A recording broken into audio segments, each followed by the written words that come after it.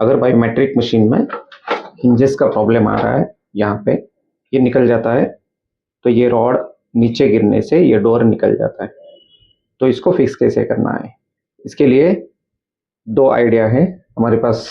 Cable tie है, इस cable tie से दो केबल टाई यूज कीजिए।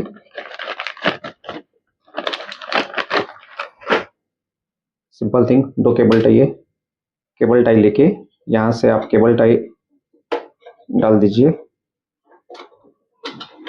Just fix it cable tie in the bottom.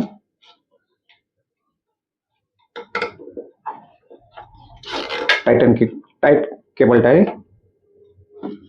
After one, can use two cable tie. Fix it tight, then cut it. It's fixed. Second method, I will tell you. If not cable tie not available, second method is M seal. Simple thing, mix it, small,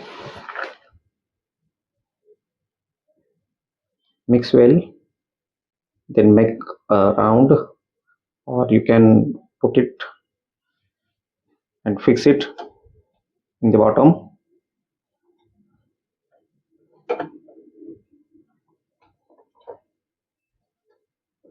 When it will fix, problem is solved.